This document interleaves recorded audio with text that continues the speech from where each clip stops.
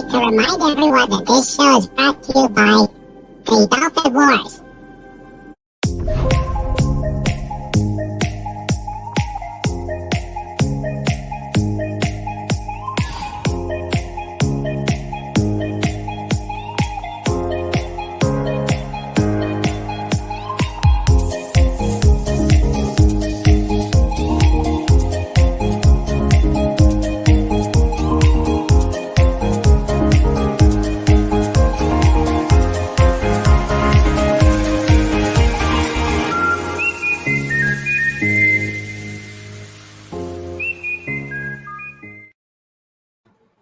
Hello, everybody. How are you all today?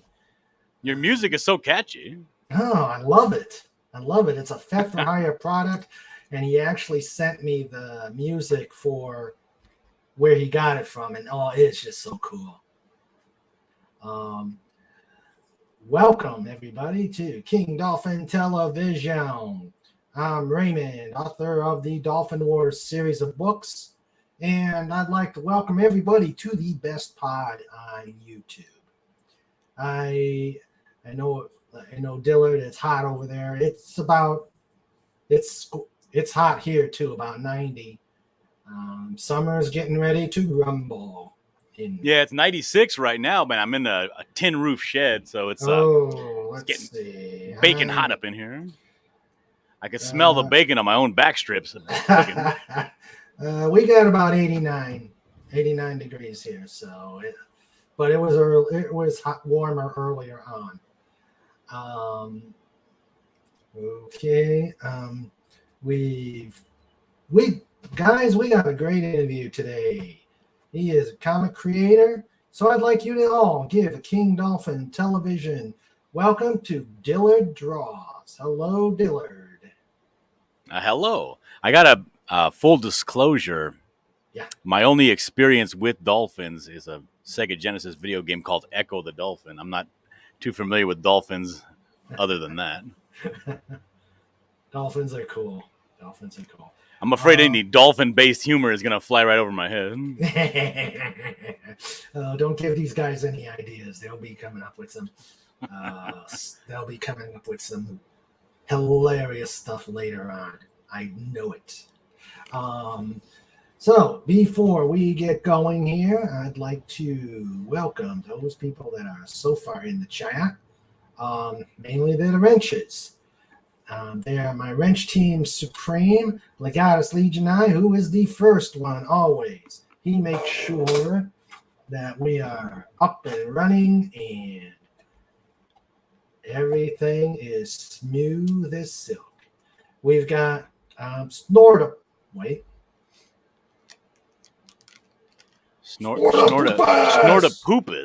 Q-Bar.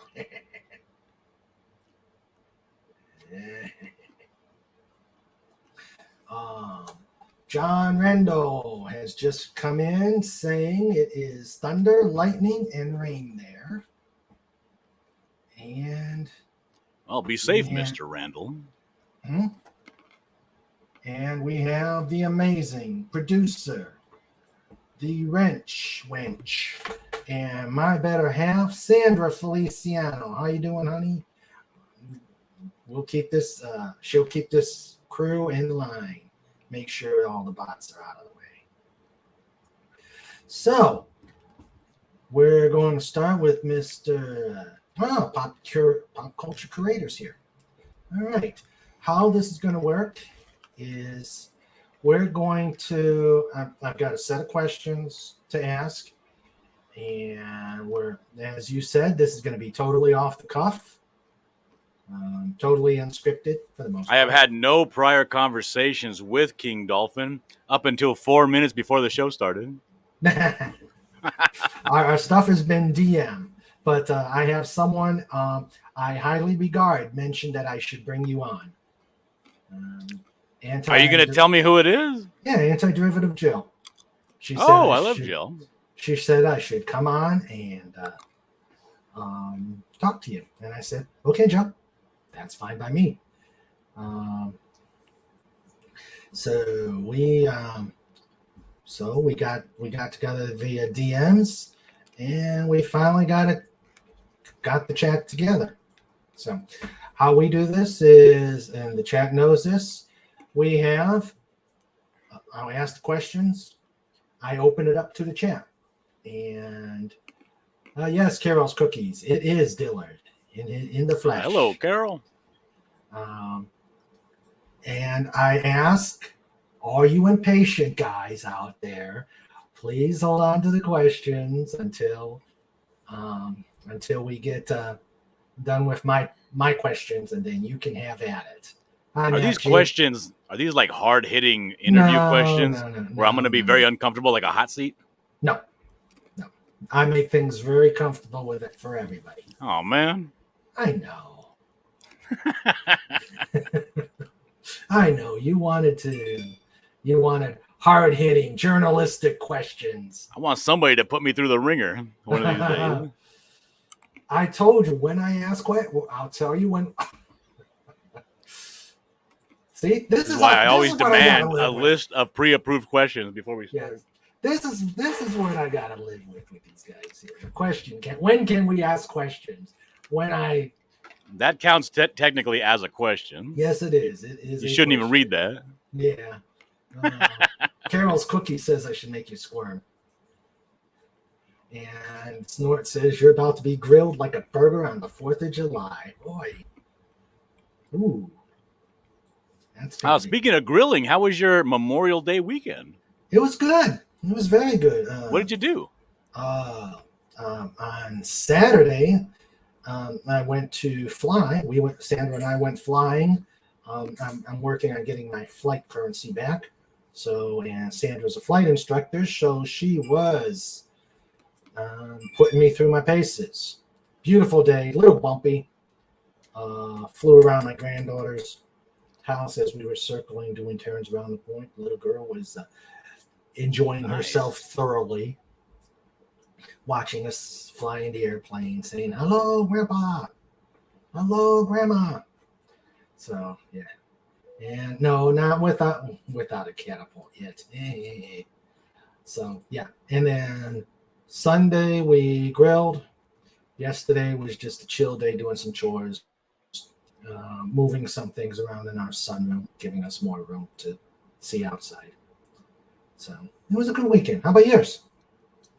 Yeah, it was pretty great. Pretty great. Had a little bit of a snafu. Me and about 6 other people, we went up to the mountains, to this place called Mountain Lakes. It's like one of those timeshare resorts we have a membership to. Yeah. And, when it's a really packed weekend, they start limiting the number of cars that they allow in. Yeah. So we went up with a couple of friends, and so I had to go and park my car down the street and ride all up in together. Well, come Monday, when we're ready to leave, I go to get my car, and it had rained, so my car was now stuck on the side of the road. Oh, man. And all of my friends had already left, right? The ones that actually owned trucks. So I had to call a tow truck to come and pull me out. But, other than that, it was pretty great. That, man. A little camping, a little barbecuing, that's all.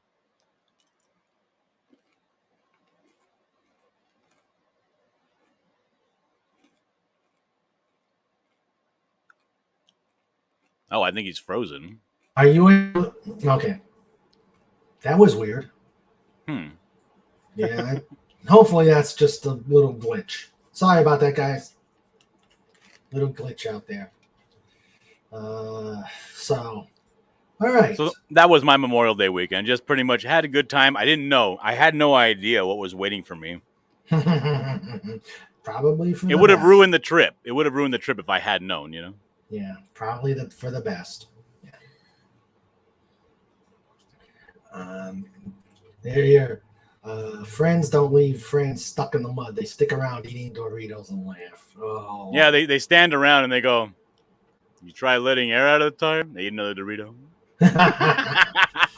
Hey, Vic King, welcome aboard. Hello, Vic King. Yeah. So, okay. So I'm really anxious for these questions. What's the first question? I'm ready. Okay, let's get started. Without further ado, give us a little, tell us a little bit about yourself. What do you do? What do you do if you do something outside of drawing? I don't, not anymore. Oh, okay. So that's the great thing. I never really I had kind of reserved myself to just doing a regular kind of 9 to 5 job. Mm-hmm. I was a truck driver for a good number of years. Yeah. And I used to work at this distribution center. Mm-hmm. And I would go in and out of the same security office every day, multiple times a day. Yeah. Taking different loads. Mm-hmm. And there was a security guard in there by the name of Miguel Garcia, who happens to be a comic book creator. He's a writer. Mm-hmm. And he told me, hey, because I had gotten paid to do some window painting at my job. And he's like, do you draw? Do you do anything other than like window painting? And I was like, yeah, I do. Any number of illustrations, And he's like, you should do a comic book with me. I said, sure, why not? I got time. Got nothing else going. And I had done a lot of artwork back in my youth, almost all my life. But I had never really actually came to make a real good show of trying to do it for a living. It just seemed like something that was out of reach, something for somebody else, not for me. So I went online and I started looking up how to make a comic book on YouTube. And I came across pretty early in its inception a group called Comicsgate, because I was watching trying to get some history on this. It was a YouTuber named Comics Explained.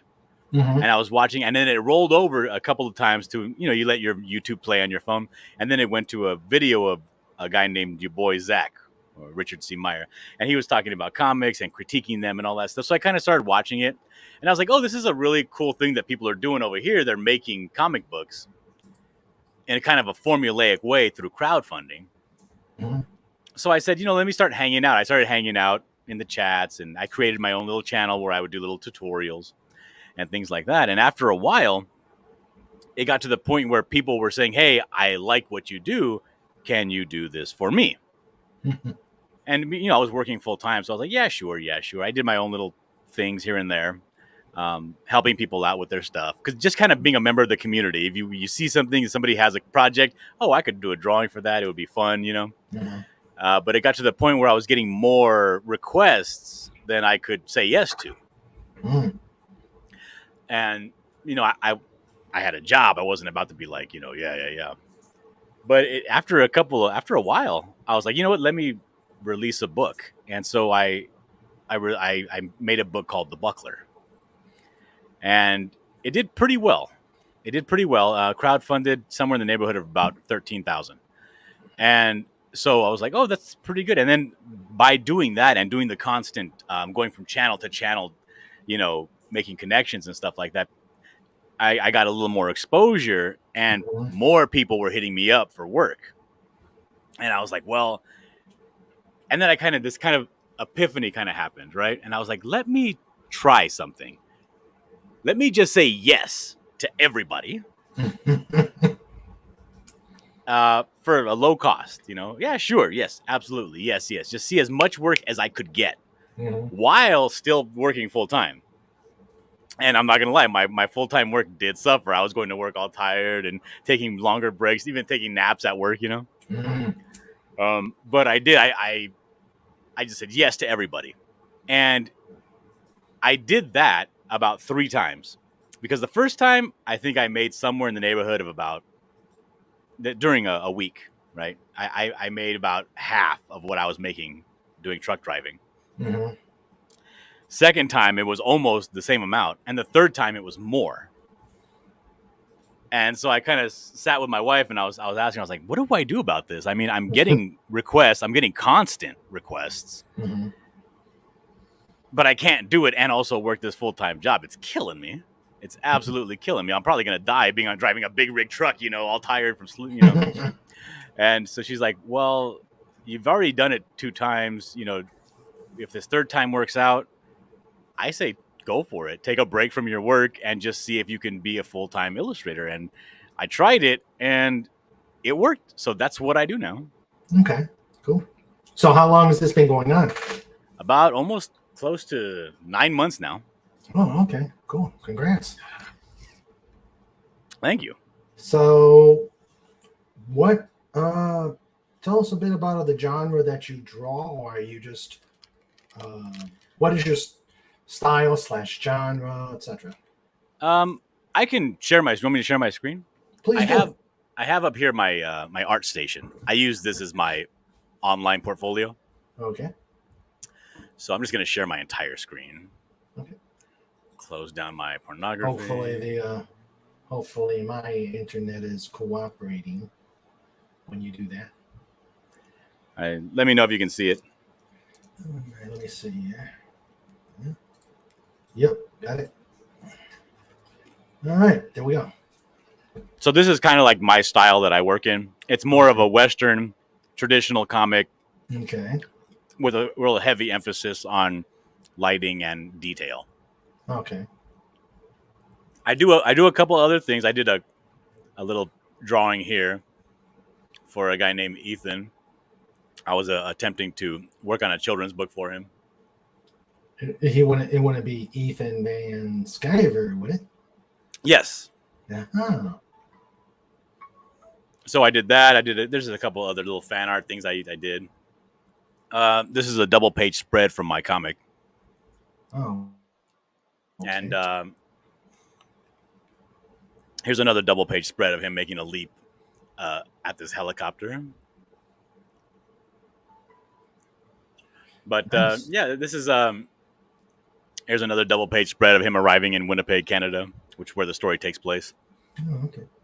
When I first saw this, it looks like the Phantom. Yes, that's like, oh, it looks just like the Phantom. Is this from the Phantom? Are you copying the Phantom? I was like, honestly, I just made a very simple, the most simplified costume I could, because I don't like drawing a lot of pouches and bells and whistles. All of that stuff takes extra time, and it ended up looking just like the Phantom. That's the cover. That's another artwork I did for a guy named Joe Archie for an alternate cover for his book. Let's see. Here's another mid-chapter cover for a guy named Dario Hernandez. This is for a book called Manslaughter. Okay. He's getting his arm regenerated with metal. Oh, okay. This is for another guy named Nasser Rabadi for his book called Creepsters. This is the cover for that book. Okay. And this was a competition piece for another artist named John Malin, who had a book called Godlike. Mm-hmm. And this was like a black and white. He wanted a black and white piece of his character in some sort of action pose. So that's that. Nice. But that's kind of the style that I work in. Okay. Do you,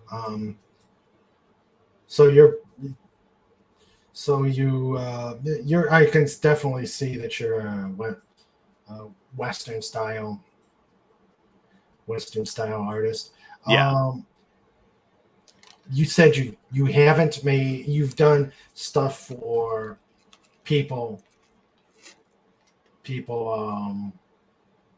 but you haven't done any comic per se on your own, or? No, I have. I did do my own comic. Yeah. It's called The Buckler. And okay. I did that one a while back. I'm still fulfilling that one. I've actually shipped out 13 more of those copies today. And I'm working on part 2. Now, the style that I'm choosing to work with in my stuff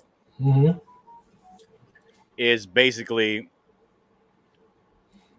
like a neo-noir. Okay. Not futuristic noir, but like a neo-noir. Trying to take elements of noir film and noir comics and give them a little more depth. Okay. Now, noir is fantastic for depth. But it's very hard to do in a traditional way because there's, when you think of noir, you think of window slats, you think of the gradient of dark to light in the background and then a sharp, stark silhouette in the foreground. So figuring out how to do that with pen and paper, making gradients and stuff like that, it's a little bit challenging because I try to do all the work for my book, my personal book, in in physical form. Instead, I work digital as well. Right. When I work for other people, the majority of my work is digital. But when I'm for my stuff, my bespoke, stuff that I do for myself that I take my sweet time on, that's all physical. Okay. Okay. Um. So, how is it your comic? Is it a graphic novel more, or do you have? Are you doing like serialized issues?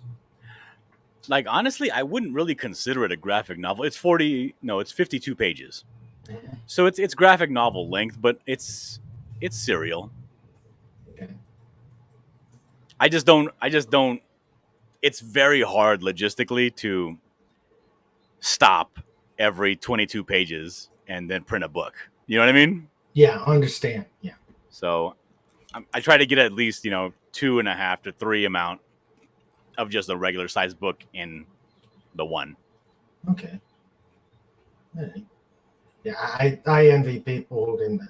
I've always wanted to get a comic book, but it's like I can't draw. I write, and the stuff I write is sci-fi novels.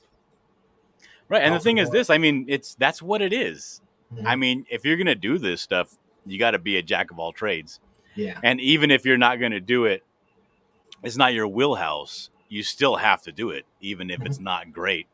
And you Yeah. got to kind of ride that line. You got to figure out what am I so bad at that I'm going to need to hire somebody for, Well, or what can I, my what can stick I figures squeeze are. out? What can I squeeze out as passable? You know what I mean? Well, my stick figures are nasty. Yeah. So, great. Well, I actually have. Um, let's see. We've shown your wares. You say you do digital and hard Traditional pen and and ink on traditional paper. paper. Yeah. Um, what? Who was who? Who are is are your influences? Who did you have as an influence? It's a little bit unconventional, but the person that influenced my artwork the most is probably a guy named John Crisfolucci. I'm sorry, I'm having an emergency. My wife is calling me and calling me. She's not stopping. And now I heard honking in the backyard, so I got to go see what's going on real quick. I apologize. That's okay. I'll show you till you I've come been back. ignoring her, but I can't ignore her any longer. Give me a second. Okay, no worries. Okay, guys, let me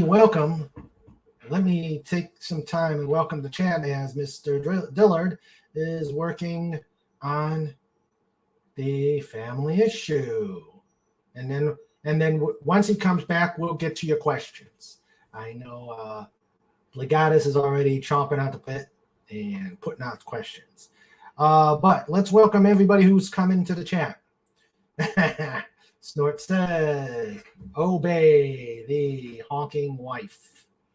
Yeah, yeah. And what's this? What's this? Okay. Let's go to.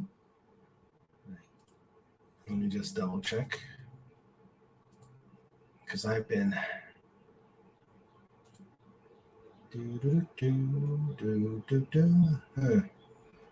Not coming, but fortunately I've been writing them down myself. Let's welcome. Hello. Hello there. I was All right, just I'm going to back. welcome Sorry about those. that. Oh, that's okay. I was just going to welcome those who came into the chat as we were talking. And I'll do that real quick. And then I'm going to open up questions. So get your questions ready, people. Okay, welcome to Rick King, Casey Osowski. Hi, Casey. How you doing, buddy? Carol's Cookies. Thank you for showing up, Carol's Cookies. The wonderful Len Rod. How are you? Matt G. A newcomer here, Smirk the Alien. Thank you for coming. Another newbie, the Ryan Cardinal. Thank you for coming. Oh, what up, Ryan? I love Ryan Cardinal. I have Pop Culture Curator here. Thanks again, buddy, for coming. Glad to have you here. And the ever popular, ever adventurous Pudgy Hedgehog. Pudgy Hedgehog. Is that everybody? Yep, that is everybody. Put out any links in the private thing. Put any links you want to post in the private chat, and I'll make sure I put it out there. Absolutely. Let me go and grab one real quick. Okay, and because it's gonna be my YouTube channel, because that's where I want people to go. Right. Okay, but we shall start opening up to questions from the chat. They're right there in the private chat. That's my YouTube channel. Let's do this real quick. I will put it out there. Back there to the comments. Let's see. I said Vic King. Yes, I did. I said Vic King was here. All right. Boy, they're your fan club is saying that I was a major influence in this currently stream setup. So it's possible. You can touch him. Okay. To the newcomers, if you like what we're doing here, like this interview, like anything I do here at King Dolphin TV, please like and subscribe, and to show YouTube that you like King Dolphin TV. Best pod in YouTube. Best pod in you. That's dolphin related humor. I told you how I feel about that. Hey, we all gotta have a home. Let's see. We also have Comic Relief Crusader. Okay, now with the So let me tell you something a little bit about my channel.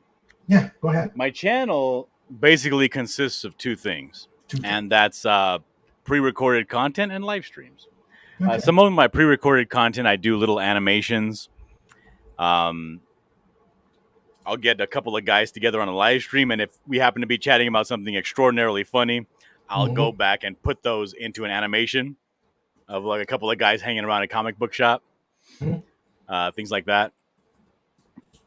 Then I have the live stream stuff, which is where I go on and I'm not exactly a very structured person. I'm an artist, so of course I'm unreliable and unstructured and all of the, stereotypes. But I like kind of when I feel like it, I may go live in the middle of the night or the middle of the day and just play music as loud as I can and just sing along to it while I'm drawing, or just sit in silence and do nothing at all except draw. Sometimes I sit around and I pontificate about the great mysteries of life. Ooh. Those are always really boring ones, but because I'm not a big thinker, I'm a drawer. Yeah. Welcome to our world here. You got to come on a Saturday and just see how the Just Cousins go. It's a case of anything can happen, and usually does.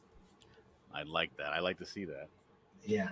Now that's my channel in a nutshell. We are going to be bringing back a show I used to do probably about 6 months ago called Script Battle, where we get a couple of artists together and we try to do a drawing of something within 2 minutes, and the chat has to guess what it is, rapid fire. First person to guess it gets points, and then at the end of the season, the winner gets a prize. Nice. That's a good idea. Mind if I borrow it? Go for it. Okay. It's extraordinarily hard to do solo. If you got somebody that's like good with toggling between people that you can get to take over your stream while you're running the stream and also drawing, that's it's a big help. Since I don't draw, I'll be the mediator. Oh, there you go. Moderator. Okay. So my channel is pretty much just the background on my channel is, being an author, as you know, you're your own marketer, you're your boss. The writing and publishing was the easy part. So no, not for me. The writing is the hard part for me. The drawing was the easy part. But I was trying to go on YouTube and, put my book out. And so there was one lady who put my book out there. I tried going on several channels. Doomcock's been really supportive, as has Clobbering Times. But it's just like trying to get that breakthrough, just being a one-trick pony as an author. I said, what am I going to do? And then now, let me ask you a question. I got a question for you. Yes, sir. And I've been thinking about this real hard. And again, my brain pan is limited. It's not as big as a lot of people's. Yes. But, thank you very much, Comic Relief Crusader. He says he subscribed. What do you think is the solution when you're a one-trick pony, again, like me? All I know how to do is draw. I got a couple of stories in me. I'm not a writer. I mean, I had to go through 5 editors on my book because I'm such a bad writer. And I'm really bad at spelling too. But what is the solution? Because I'm thinking scaling down the scope of your eye. Like my dad used to say, you got big eyes. Squint your eyes, because I would want to do everything. I hear about something and I want to jump into that project, and I want to do this and I want to do that, and I want to do a 70-page book. But realistically, I'm here by myself. I gotta write, I gotta lay out, I gotta shoot this stuff to the editors. I got to make all the corrections they tell me to make, because they won't continue with my script because it's abysmal. It hurts their eyes to look at my writing. So I got to do all this stuff. Then I got to lay everything out. I got to do the sketching. I got to do the thumbnails. I got to do the penciling, the inking, the coloring, the final editing, the lettering, the word bubbles, the sound effects, the pre-press, and then the press, and then the distribution. Like, I got to squint my eyes. My eyes are too big. I'm thinking shorter, smaller, bite-sized things. That's the only way. Because I don't want the quality to suffer. No, you don't want that. Well, what I came up with when in the marketing thing, I said, well, if you can't beat them, join them. So I decided I wanted to do a YouTube channel, but I don't want everybody and their dog is doing pop culture or politics or something else. And I wanted to say, okay, I want to be there for the creators. And that's what birthed King Dolphin, is coming in, people like you coming in and giving you a forum to tell about your work. And that's another thing, right? That's another thing you have to do. You have to create your own advertising platform, and you got to do all this stuff while you're working. Exactly. So, that's how it started, and, bringing people on, and it's kind of exploded. I've gone in different directions. I've helped out. I've had a couple pilot forums. I've helped out the bunny trail. So, being willing to go off the wheelhouse helps a lot. And I think you've already got that. So what do you think for you? What have you decided you're going to be doing to get more content out there? Not sacrificing quality. Well, what do you think? Right now, I hit the trails. I network. If someone comes on, I hit the trail. I've got a network of people that, like how I got your name.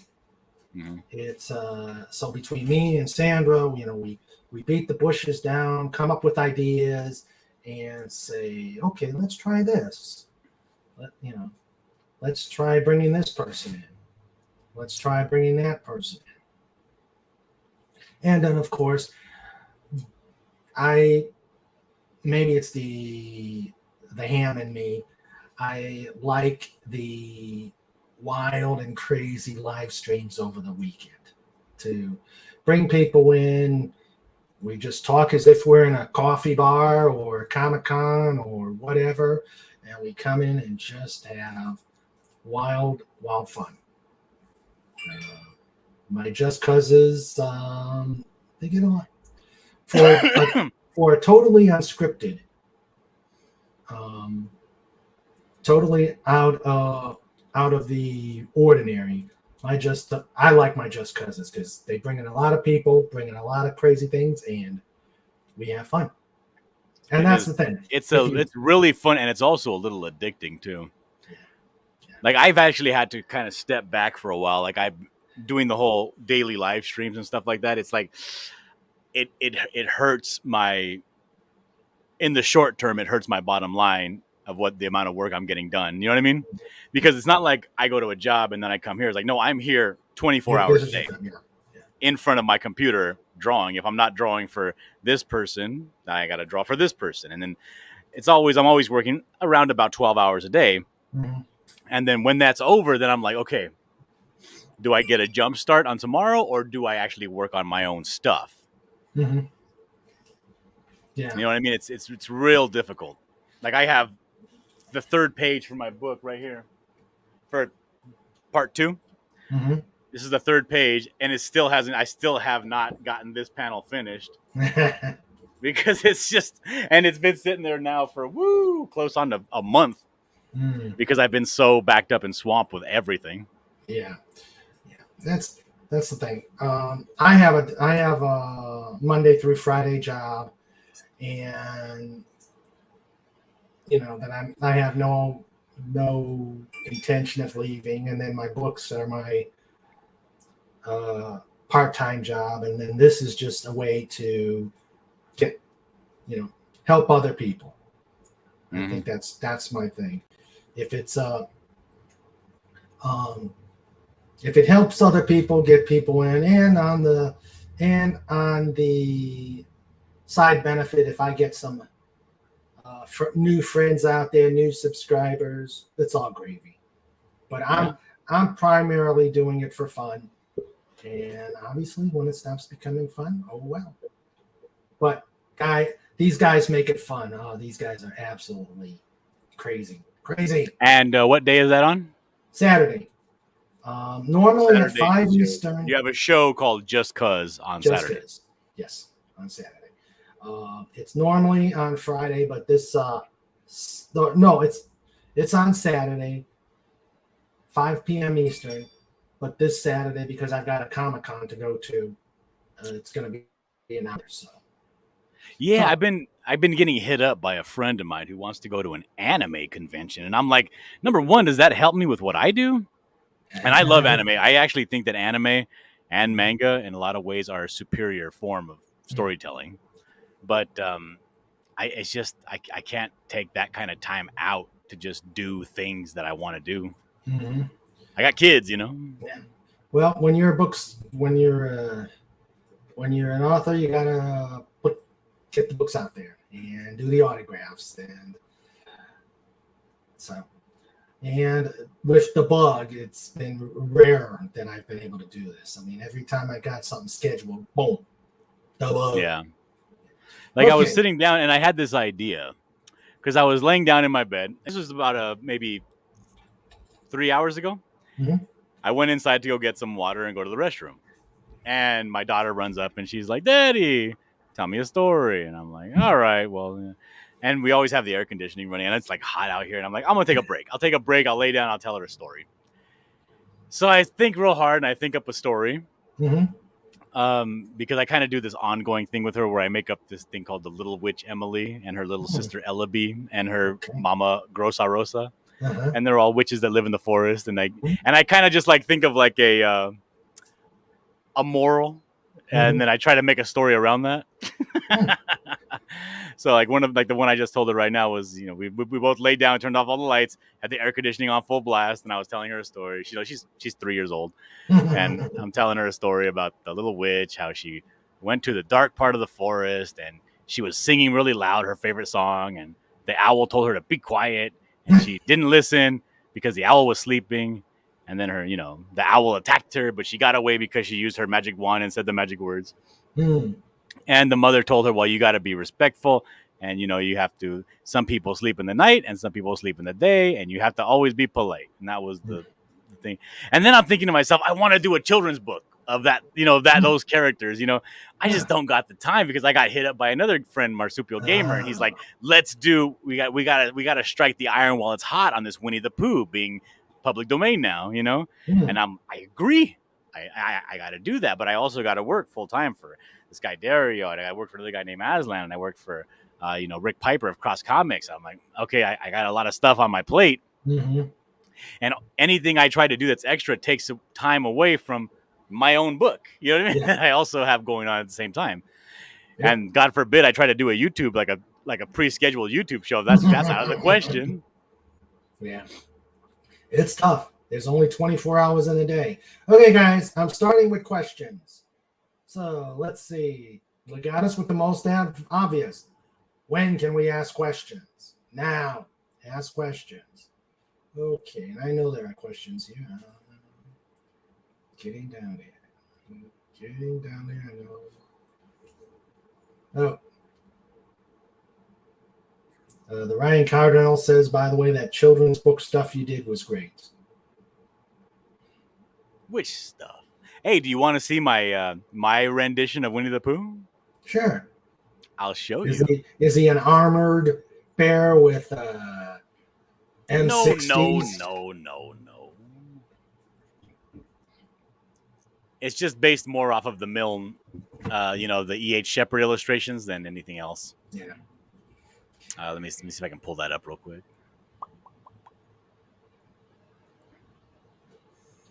Okay, let's see.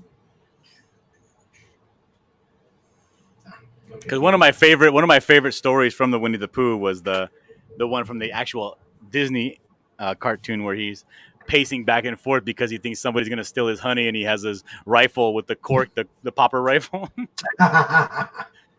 So I made one of him investigating somebody that stole his honey, and it's but he has a cork revolver this time instead. Here it is. Okay. I love it. That is so cool. That is so cool. Winnie the Pooh with a Sherlock Holmes hat and a cork revolver.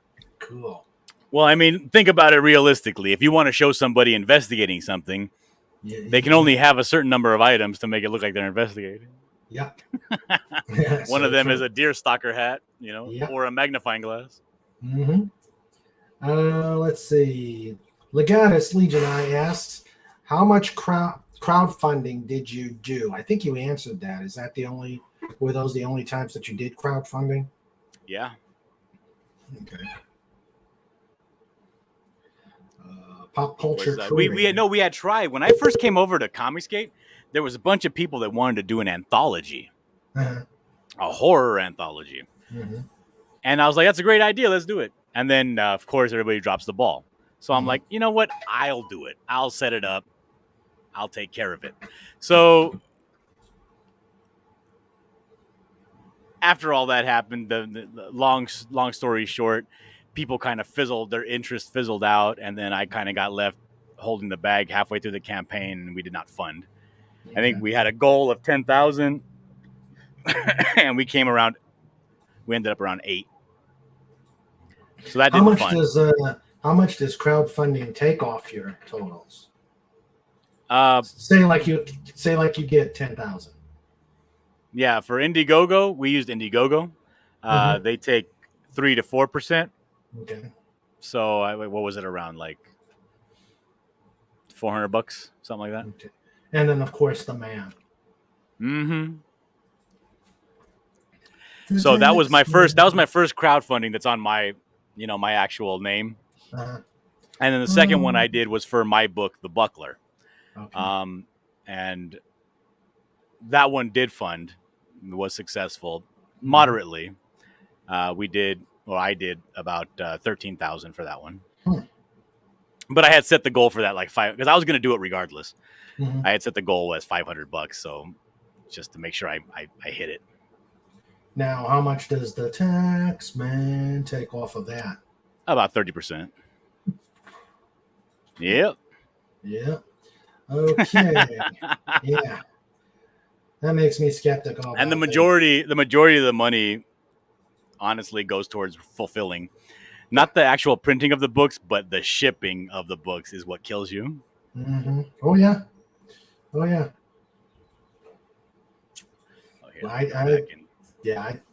I've done that. I've shipped a bunch out myself. Pop Culture Creator asks, have you ever done an animation? I have tried to do very short animations. I wasn't very successful at it. Like here's page 1 from book 2. You can see how I'm kind of working in this kind of very stark noir style. So that's kind of I just wanted to show that part of the book. But if you want, what I can do is I can give you a link, or if you wanted to show it, or if you wanted me to show it, of an example of my animations. Sure. All right, let me get there real quick. Hold on. Yes, I see. Okay.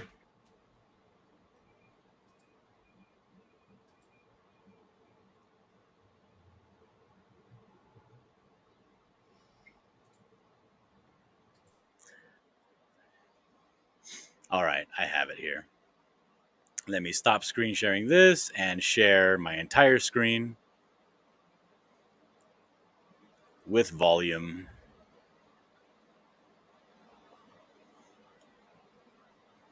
All right, let me know when this is up and you can see it.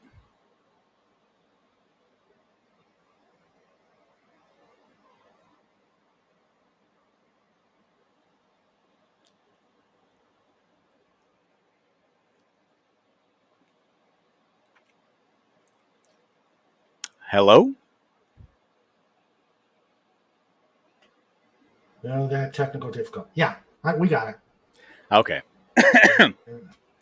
So this is one of the groups that I'm in. I joined a group called the Cult of Raven when I first got into Comicsgate. So this is kind of the group of people that we hang out with. This is one of the animations I would do on my channel. So it was called the Cult of Raven Comics. Basically pretending that we were all kind of hanging out in a comic book shop talking. Okay. So this is it. I'll play it now. Oops. There we go.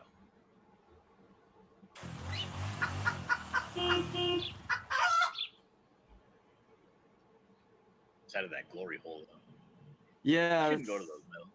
I would not ever go to a glory hole. I mean, I know they're fun and all, but what if there's like a bear trap set up on the other side? What if there's a chimpanzee on the other? Dude, I seen this TV show where they were playing jokes on girls, and they were like, "Oh, would you kiss this guy?" Right? And they're like, and we're gonna see, "Oh, can you judge these kisses?" And they got these super hot guys to sit on these stools, and then as soon as they blindfold the girls, they replace the guys with chimpanzees.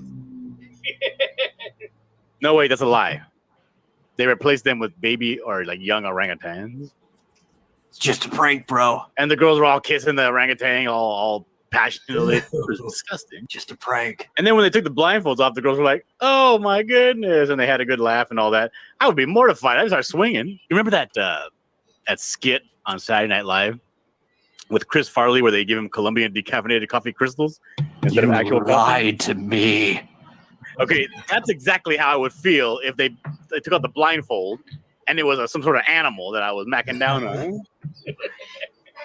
Like, let me flipping tables, choking people out. God is my witness. That's a great skit. Okay. So there you go. That's kind of like an example of the little animations that I would do. Okay, Legatus Legion asks, Cloth cover, limp back. Okay, I guess this is the. Oh, for my cover? book, Yeah. my book is a soft cover, but it's a perfect bound. It has a spine on it. Okay. It's not a staple. Okay, good. All right, let's see.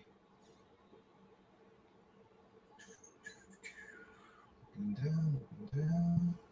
Okay. Guys, there's this channel.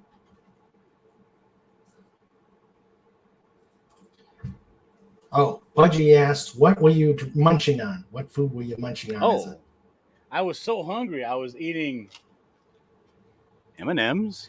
M&M's, thumbs. And I was also eating. Where did it go? Oh, well, anyway, like roasted almonds.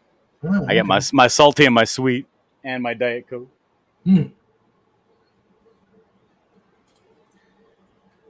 Okay, and we got us asked how many comic books have you published so far? Just the 2, or just one? Just the 1. Just one. Yeah. Okay. All right.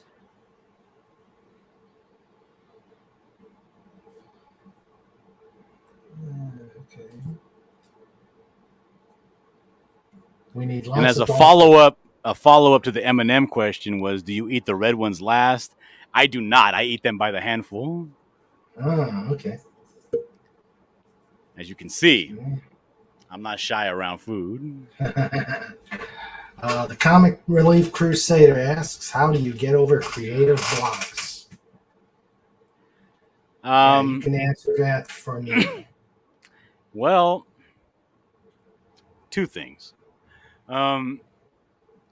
You need to find some sort of catharsis, right? Because if you're in a creative block, it's because you're frustrated, and then you start to panic because you're in a block. So you need to find some sort of release.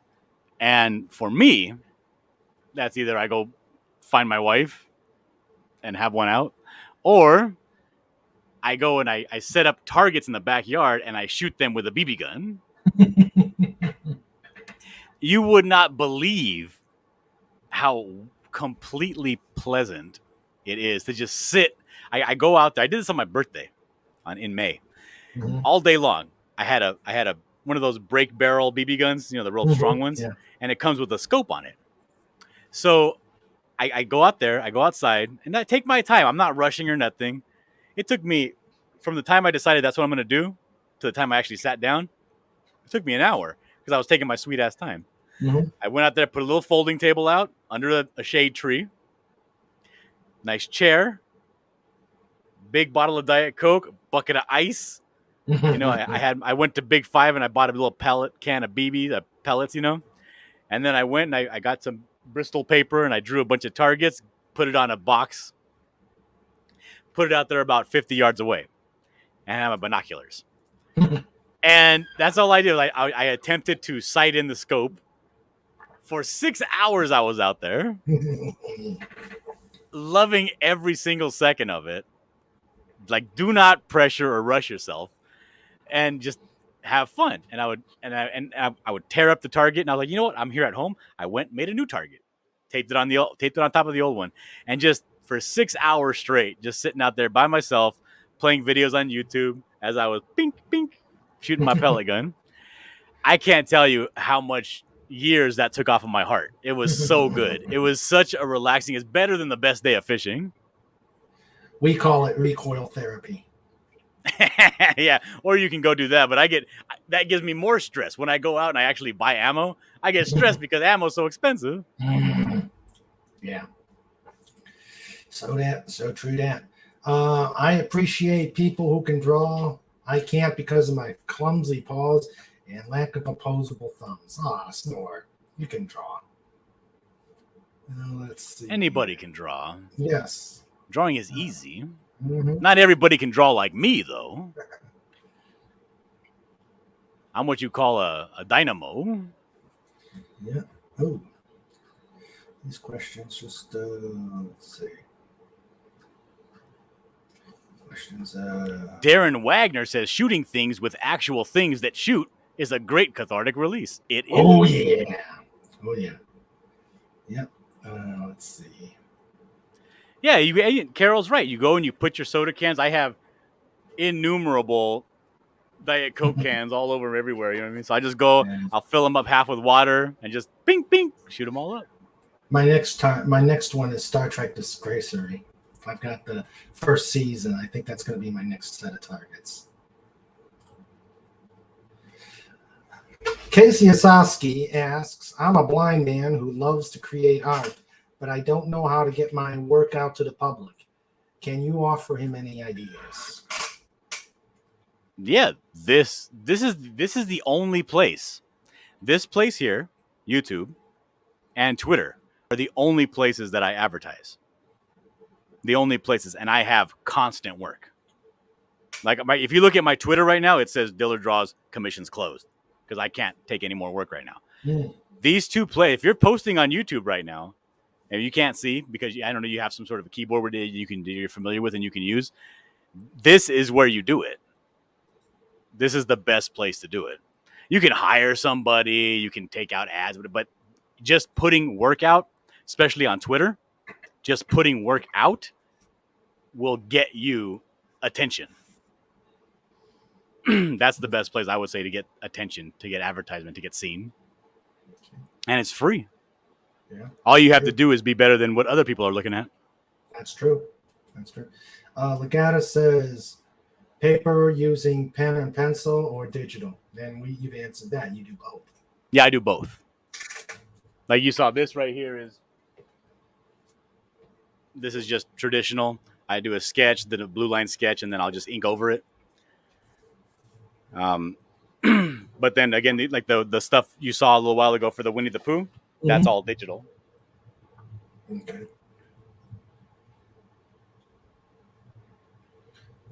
Okay, let's see.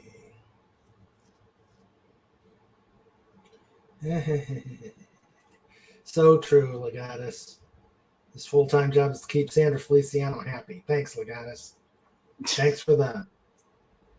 You hear that, hon?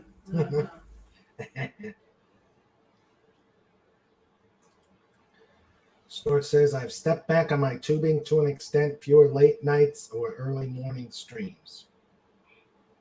Yeah. Yeah, that can get... It takes, when you're doing other things, it's almost like everything has to stop in order for you to YouTube, you know? Mm-hmm. Oh, yeah. The streams they're work. They don't just happen. They take work. Yeah. Even live streams take work. Mm-hmm. Let's see. Yeah, I've done 4-hour streams and my throat is tore.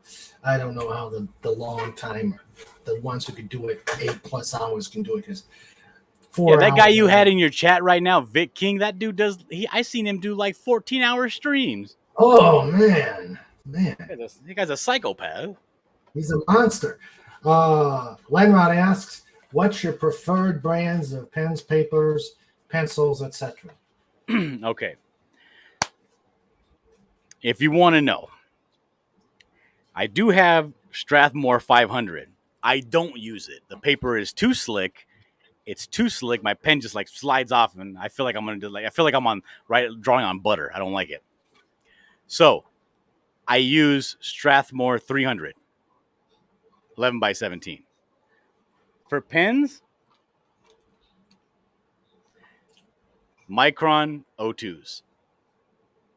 That's what I use for 99% of my artwork. If I need a big fat marker, I'll break out a big fat marker and fill in the big black areas. But the majority of everything I draw is with the Micron O2. When it comes to whiteout, I do use the Dr. Phil Martin's Perfect Bleed White, but I found this new one. It's a Copic, a brand called Copic, and they have a whiteout. And it comes with an applicator. When you unscrew the top, it already has a brush on it. So it's not like the Phil Martins that kind of dries out and you got to re-wet it to apply it. It's always wet, and it has an applicator built right into it. I'm loving that thing right now. So I'd recommend that. But yeah, when it comes to pencils, my pencils are the dirt cheapest, lightest mechanical pencils that you can find. This is what I use to draw. It's just a regular mechanical pencil. Unless I'm going to be doing something for somebody else, then I'll break out a really nice blue line lead just to make sure everything's perfect. But I can't recommend the Micron O2 enough because it's a multiliner. And multiliners are technical pens. They're made for technical drawing straight lines and uniform lines. However, once you use microns for about an hour or so, their tips start to get really pliable, which means you can start doing the feathering and the pullouts with the thick line to thin, the real nice strokes that you can do with your wrist. These adapt really well, whereas the Copic multiliners always stay true and flat. You can't get tapering on them, or you'll break the tip. These ones, they can handle the abuse, and to me, I feel like these come with like a pen and a half worth of ink inside of it. Like they last a long time. And you buy them in bulk on Amazon for cheap. This advertisement for Micron pens was brought to you by thedolphinwars.com. Let's see. John Rindo asks, what size are your original drawings as compared to the size when published? The original comic drawings are this size. They're a little bit smaller because of the bleed, but 11 inches by 17 inches. And then when they get down to comic size, they get shrunk down to about 6x9. And because I do kind of work really detailed, I kind of lose a little bit of the detail in the final product because it gets shrunk down so much, but I know it's there. And that's enough for me. Legatus Legion, I ask, Winnie the Pooh, Blood and Honey. Were you involved in that? I was not. Have you seen that? Have you seen the trailer for that? No. It's some sort of a Blumhouse, those guys that do those awful horror movies? Like Sharknado? Like they made a Winnie the Pooh movie. And it's like a horror slasher movie with Winnie the Pooh as the villain. Pop gun packing Pooh Bear. Say that 10 times fast. Pop gun packing poop. Oh, I can't say that one time fast. Carol's Cookies says he's going to frame Eeyore. Oh, boy. I didn't do it. Let's see. We've already asked about creative blocks. Oh, yeah, just to be clear, because I see somebody, again, making the dire mistake of believing that I am Canadian. He says Winnipeggers are born to be cheap. I am not from Winnipeg. I just decided to have my comic character from Winnipeg just because it's a place in the world. Why not? I'm actually from Southern California. All right.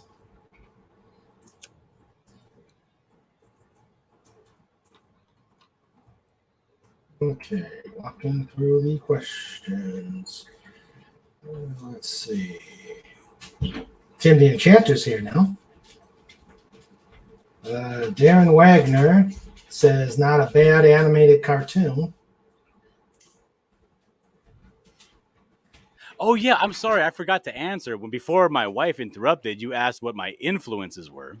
Yeah. And I was going to tell you that it was a little unconventional, but my biggest influence on animation and drawing and just in general is a guy named John Crisfolucci who does Ren and Stimpy.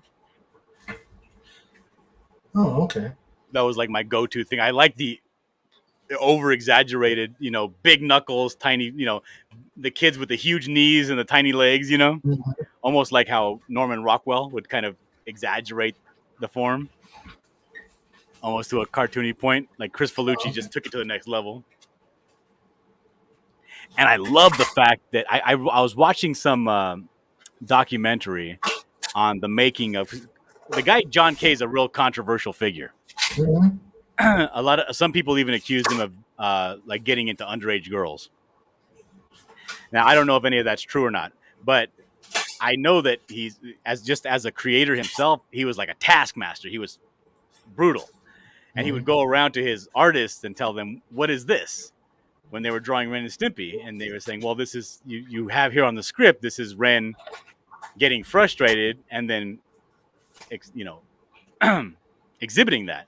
And he was like, this looks just like Ren getting frustrated from 2 episodes back. He's like, there's 150,000 ways to draw somebody feeling frustrated. Make it different and make it different every time. You know, he's like, I've seen this before. I don't want people to look at something that they've seen before. Everything needs to be brand new. And every expression you make needs to be better than the last one. And that's like, it's refreshing to see somebody who's actually on a production line, on a schedule, and still that much of it needs to be good. You know what I mean? Yeah. Mm-hmm. And again, he was late a lot. But he never sacrificed quality for speed.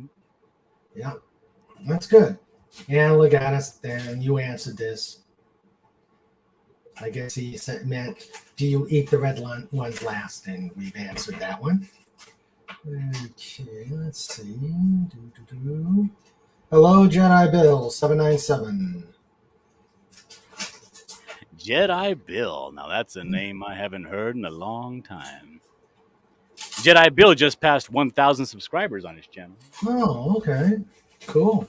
Congrats, Jedi Bill. That's where I met Antiderivative Jill. Oh. Carol's... God, I hate when the stream just... when the stream just... You go through the comments and next thing you know, bam. It just... Oh, it said you right back down to the current one? Yeah. Mm-hmm. I didn't want that. Carol's Cookies said, used to do that too, except I use Red Bull cans with paper bunny ears on them and hunted the Red Bull bunnies in my yard. It's not weird. Nah, it's not weird.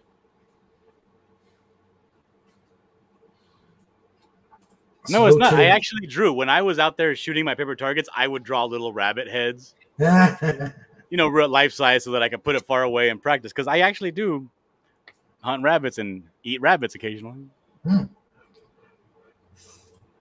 The Comic Relief Crusader asks, in the artist, writer's world in comic, who do you like to admire?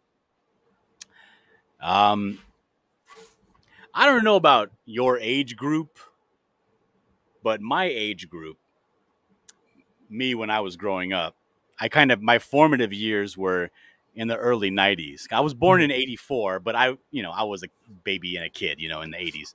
So my formative years were kind of in the early 90s. Mm-hmm. What you would call in wrestling terms, the Attitude Era. Mm-hmm. Even like the Power Rangers, find me 5 teenagers with attitude, like that's what was the in thing, to be rebellious against your parents, to have an attitude, to be a jerk.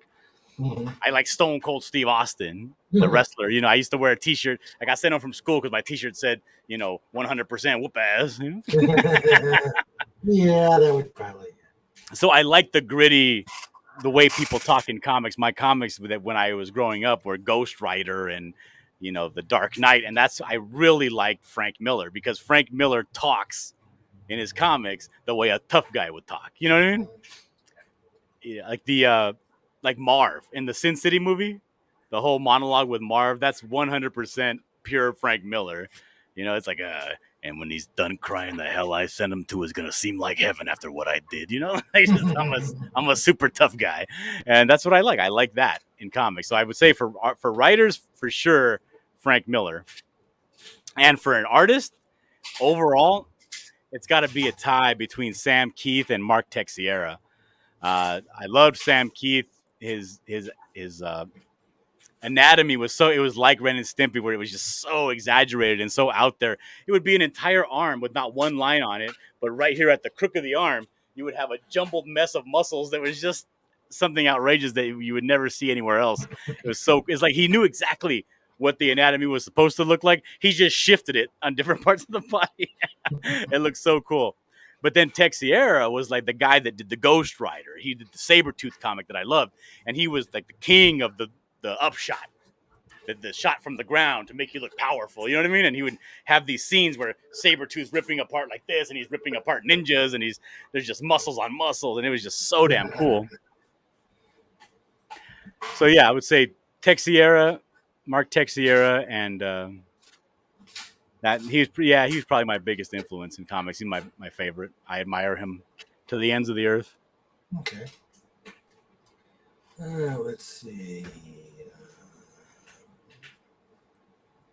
The guy says for sale of original art comic pages. Would not pen to paper be worth it? Oh, it certainly is. But the thing is this. I'm real busy. And it's faster for me to get paid if I were to just do a light sketch in digital and jump straight over that sketch in digital and then erase the layer and just go right into the final product. Now, for my stuff, I do all of my stuff original because I do want to resell it. And I do take more time on my stuff. Mm-hmm. Because the thing is, I cannot spend, 4 days inking a page for somebody else. It's not financially viable. Right. But my stuff I do. I'll spend a month inking a page on my stuff because I don't have a timeline. Mm-hmm. I can take as long as I need.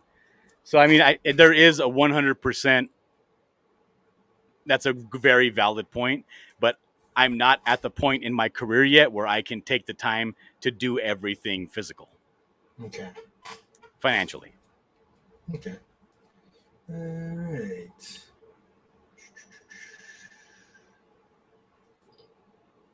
Oh, here's a good one from Comic Relief Crusader. How did you learn to draw?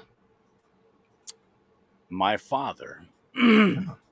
My father was what you would call a jailbird.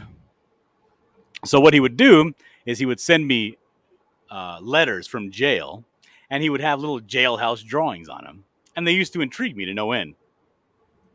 And I would look at them and I would try to copy them, what he drew. And this is when I was little, because he was only in jail until I was about 8 years old. Then he came out and he cleaned up and he wasn't on drugs no more and whatever. But so from the time I was very young, as young as I can remember, to the time I was like 8, I would constantly be drawing all the things that he would send me.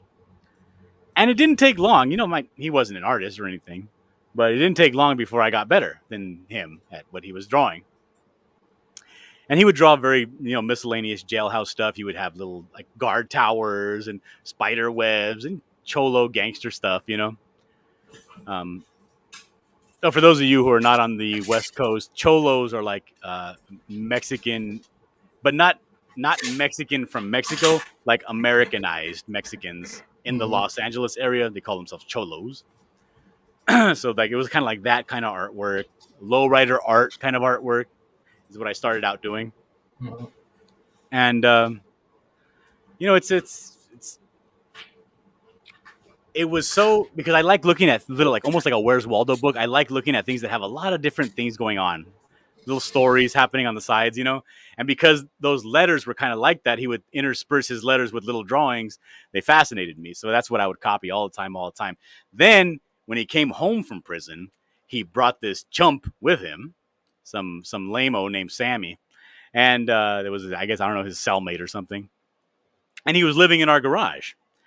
And he told me, when I was about 9 years old, 8 or 9 years old, he told me, "Oh, you're not left-handed?" I said, "No." He says, "Oh, because only left-handed people end up being really good artists."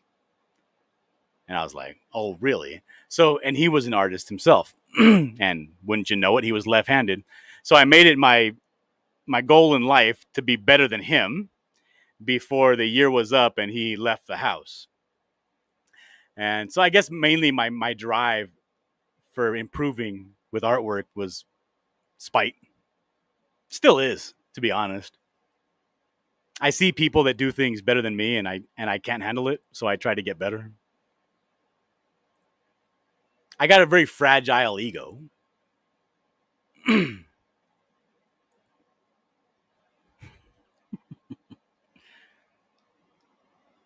Oh, I can't hear you. Are you muted? Comic Relief Crusader says, I used to use Statler 0.02 millimeter pens for inking. Dillard, yeah. Those are expensive. Okay, let's see. Keep going. Hello, Camp Fandom Nerd. How are you doing, sir?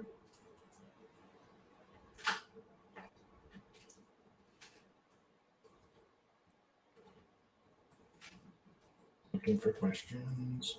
Come on, guys, get those questions out there. Let's see. There's the remark about Winnipeggers. It's fascinating, though. When I chose Winnipeg, I just chose it for no reason. But I was like, hey, let me learn a little bit about Winnipeg. Winnipeg is fascinating.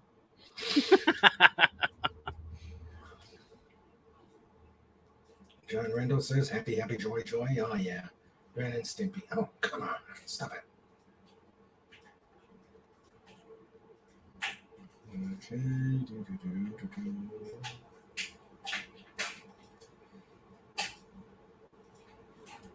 That's a good question Carol's, right there. Carol's Cookie asks, Dillard, didn't you sing a song at Jedi Bill's karaoke? I did sing a song. I've sang many a song on Jedi Bill's karaoke. That's a fun. She does karaoke, I think, every Thursdays. I'll hop in there every now and then and just start singing karaoke. It's pretty great. Oh, okay. Fun fact, I took a trip when I was in college, my first year of college. Mm-hmm. We took a trip to Italy. It was one of those study abroad trips. Yeah, Very expensive. Oh. Very expensive. I had to sell dope for a good 6 months just to afford it. And when I got there, every single person was not from my area because I come from a poor area. They were like students were from like San Diego, San Francisco, from all over California, all these rich parts of California, because this school was the only one that offered the Florence, Italy study abroad program. So there's all these rich kids and they're going on trips every weekend. Hey, we're going to Milan this weekend. You want to go? I'd love to, but I cannot afford it. So I'm like, okay, what do I do? And the thing is, I was out there, I was studying, it was great, it was fantastic. But I found out there was a place called the XO Disco Bar. Uh-oh. And they had karaoke. Mm. And I was the 2002 autumn karaoke king of Florence at the XO Disco Bar. Oh, wow, nice. I went back and defended my title 6 weeks in a row. Nice. Lenrod asks, how much paper do you go through in a week? Whew. I would say about $6 worth.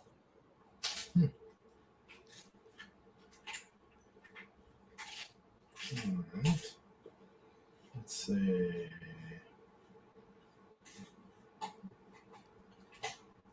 Darren Wagner says, Sam Keith drew women rather true to life. Tex Sierra's Ghost Rider was my Ghost Rider, Danny Ketch. Yep. I didn't really catch Tex that. Sierra's Ghost Rider was brutal. He was like one of those, I was always scared to go into a comic book shop. Look, I come from a different world, okay? I'm Hispanic. I don't know if you can tell, but I'm a Mexican guy. And I grew up in Southern California. I didn't even know that there were so many white people in the United States until I became a truck driver, an over-the-road truck driver. I was in a sea of white. I was like, oh my God, it blew my mind. Because I always thought, because in California, we're more than half Mexican. So I'm like, oh, it's a lot of brown people. I had no idea. And I always thought comic book stores were for white people and rich kids. So I never went into one. I was scared. I was scared to go into a comic book shop. They weren't for me. But the thing that actually got me into a comic book shop, because we had one right next to my house called Kemp's Comic and Cards. Mm-hmm. And it was a big full-size window thing. 2 posters. It was Ghost Rider, and it was a big poster. It looked beautiful, vibrant reds and yellows. The Flash Rebirth. And it was the one with him leaning over, pulling on his boots. It's an Ethan Van Sciver illustration. It was that. I was like, I saw that poster and I saw this Ghost Rider poster. What could be cooler than Ghost Rider? Number 1, he's a skeleton. Number 2, he wears leather. Number 3, his leather got metal spikes. Number 4, he rides a motorcycle. Number 5, his motorcycle's on fire, and so is his flaming skull. It's like everything that's cool is in that character. You know what I mean? That actually, I was like, I gotta see what this is, and that's the first time I walked into a comic book shop. Yeah. All right. You wouldn't tell, but I'm Hispanic too. Puerto Rican.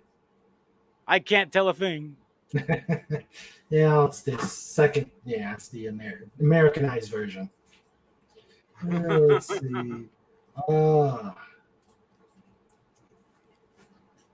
When it comes to cover art, do you do it first or last? And how much extra time is spent on cover art? Okay, I think that cover art is extraordinarily important. I think that the cover makes or breaks your book, period. So I spend a good at least 40 hours on a cover. Okay. Like an entire work week I will spend on a Wow. cover. Like my cover that I did for the buckler. Matter of fact, let me show you. I'll grab it real quick. Okay.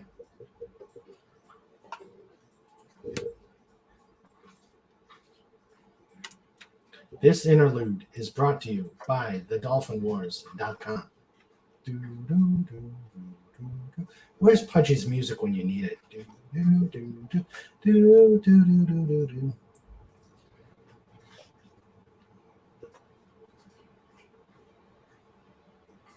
Okay, hello? Yep. Gotcha. All right, so this was my cover for the buckler. And this is a painting that I did. Wow. So here he is. He's got a tooth knocked out. It's kind of hanging out down here on the hood of the car. And so I spent a good 40 plus hours on this painting. This is acrylic with a little bit of airbrush and some ink washes. Nice. I had to break out the airbrush to get the shine and reflection on the SWAT team helmets and stuff. But yeah, this is my cover for the buckler. Nice. I like the insane look on the bearded guy. Yeah, that's actually another comic creator named Muttman. I put him in the cover. And this is my friend who does the Canadian Shield. This is Rick Piper. I made them guards. And this is another friend of mine named Kat. She used to do YouTube with me. I put her in the back there. And then my other friend Shabby, who does vestry, I put him back there fighting. So Cool. I wanted to like encapsulate the buckler because he's not a thinker. He's not a smart man, but he's very, very good at brawling, and he's at his best. Because my comic is not. He's not a hero. He's a villain. So Okay. that's what he does best. Is he loves fighting hand to hand, and that's when he's. He may not be the most adept guy at anything else, but when it comes to the adrenaline starts pumping and the fists start flying, that's when he's like a ballerina. He is a fighter through and through. Okay. All right. Let's see. And also, and I'll show you. Let me share my screen real quick because I'm working on a cover right now for somebody else, Okay. and I will show you that cover. It's not finished yet. It's still in the process, but I've already have about 25 hours into this one. This is it here. Looks like a vampire / mummy. Yeah, he's like an elf fighter, but when he gets possessed by this dark side, this demon side, he gets fangs and he looks like real vampire-ish. So this is the cover I'm working on for him. So and the thing is, I think, like if I were to turn on the other layers so you can see what's going on as well. You can't really tell. I haven't really drawn it in, but there's going to be a couple other things going on behind him. I can never get people to commit to simplicity. Because I'm telling you, when you want to look at a really rock solid cover, look to Texiera, look to Sam Keith. Like their covers are just black backgrounds and just a yelling face. You know what I mean? They're huge, big, but they're the kind of snap by covers that you're in the comic book store and you're like, oh, of course I'm taking this one. Look, it looks cool. So like it's the automatic buys. That's that's what I like to draw. Oh, Darren Wagner says Dillard also did the cover for a nice little book called Captain Steel. That's true. Do you want to see the cover for Captain Steel? All right. And then we'll go to Comic Relief Crusaders question: Marvel or DC?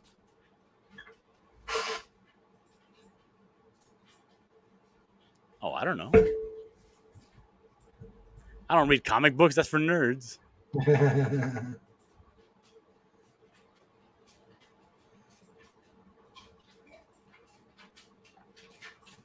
I'm sorry. I gotta find it. Give me a second.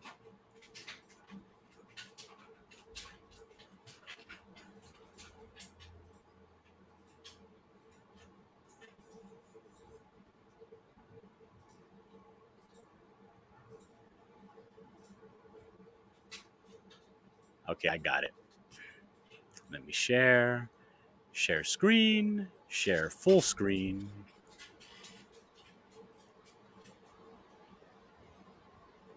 Here we go. Check it out. Yeah. Nice. Captain Steel and Other Stories by Darren Wagner. Whoa. Nice. So that book is available right now on Amazon if you want to go check that out. Okay. And he's in the chat if you have any questions for him right now about his book. He's right there in the chat. Yeah, go ahead and ask. Let's see. No, I mean I prefer Marvel just because I'm a really big X-Men fan. Wow, okay. Yeah. Legatus asks, do you rather like your art to be black and white or color? Black and white. I love black and white. I'm thinking of doing my second book all black and white. That coloring took me 7 months to color one book. 7 months. Ah. And the thing is, if I had a colorist, a reliable colorist, it would have been done a lot sooner. But I wanted my first book to be 100% me. Mm-hmm. Like if I'm telling you this is my story, and when I describe to you, a man walks into a room with a gun, I want to show you that from my point of view, my coloring, my layouts, my drawings, my word balloons. I want you to see how Dillard does a story. Okay. Second book, I'm okay with having other people do the lettering, but the first book, I wanted it to be 100% me. True. What the? Sorry, got a little background noise back here. Lenrod asks, what's the best room to work in? Whew, the room that you can smoke in. That's the best room you can work in.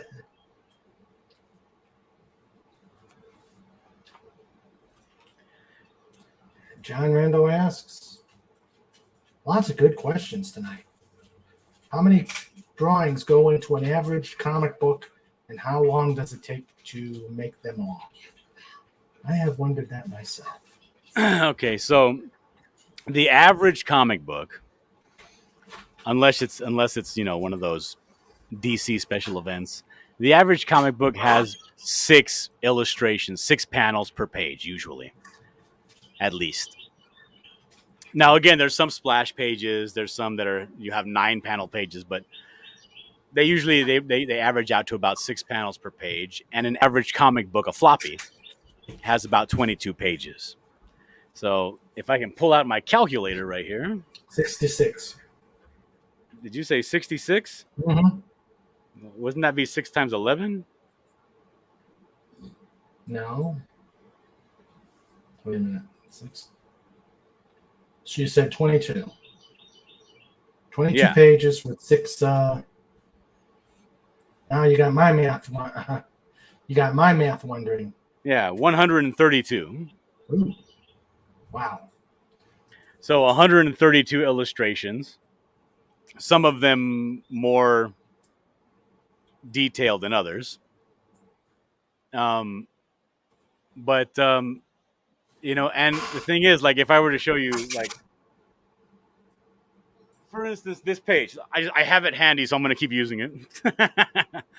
This has 1, 2, 3, 4, 5, 6, 7, 8 panels on the page. Okay. These top ones are pretty simple. He's angry. He's laughing at what the guy just said. He's putting a cigarette in his mouth. He lights his cigarette. Then the guy says, the guy's going to be cocking the gun behind his head, and he's going to say, I'm being serious. And the guy's like, you do whatever you want to do, kid. I'm not even worried about you. Rainbow. Kid's angry. Kid shoots him in the back of the head. each, like this one here, these illustrations probably took me maybe, I would say 40 minutes each one. This one probably took me about 2 hours. This one's going to take me about 2 hours. This one here, I had to draw it all out and then erase it for the silhouettes. So that took me about 2 hours. And then this one, because it was so much measurement, I had to use a ruler the whole time. It took me like 3 hours just to do that sound effect. So it's like, it all depends, but to get a full page just penciled, it takes me like an entire day's worth of work. To get a full page inked, maybe a day and a half, and then coloring another day and a half. It takes time because, I mean, in each illustrations, some might be more important than others. Like the one I showed you before where it had a full city background, that takes so much time to draw. Which is why you see people using the cheats a lot, where they just do stat images, like the same image twice, or they'll copy the background in each image, you know? Okay. Getting a lot of comments about your singing voice. Oh, yeah. I sing. He has a beautiful voice. And let's see.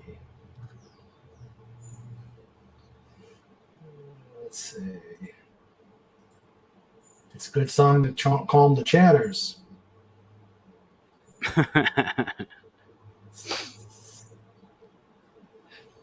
So does that mean Fat for Hire needs 40 hours for a Dolphin War cover? I don't know. I didn't ask him how long it took.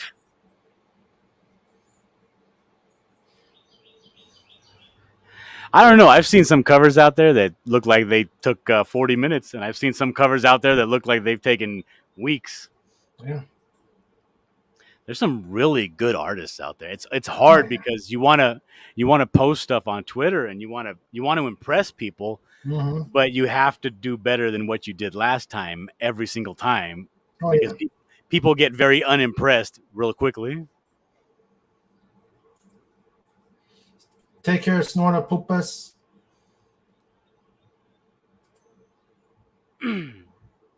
Okay. Let's see.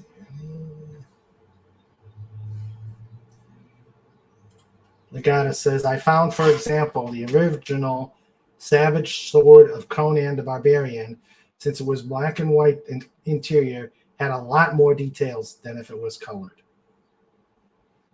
It's true. And the thing is, it's a double-edged sword, because when you color something, you can bring out and focus on things that you would have glanced or glossed over in the black and white.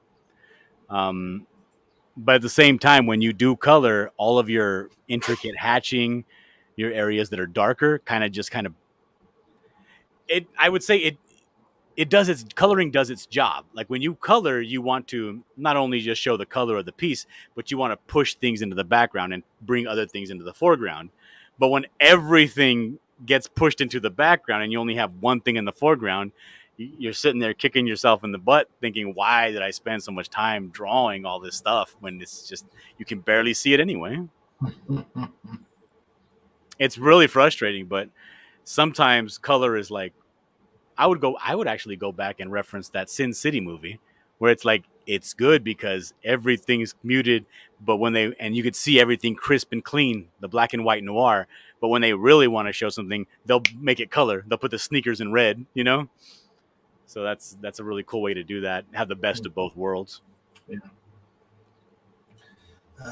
Let's see. I think we're gonna go for another 10 minutes for questions and start wrapping it up. And we'll definitely have you back again there, Dillard. John. Oh, you want to wrap it up? I'm ready to go now. I don't care. John Rendell says, have you ever gotten better than halfway through a drawing and decided it wasn't what you wanted and had to start over? Absolutely. All the time. It's awful. Like I'm sitting there. I remember I was drawing and it was a real big piece.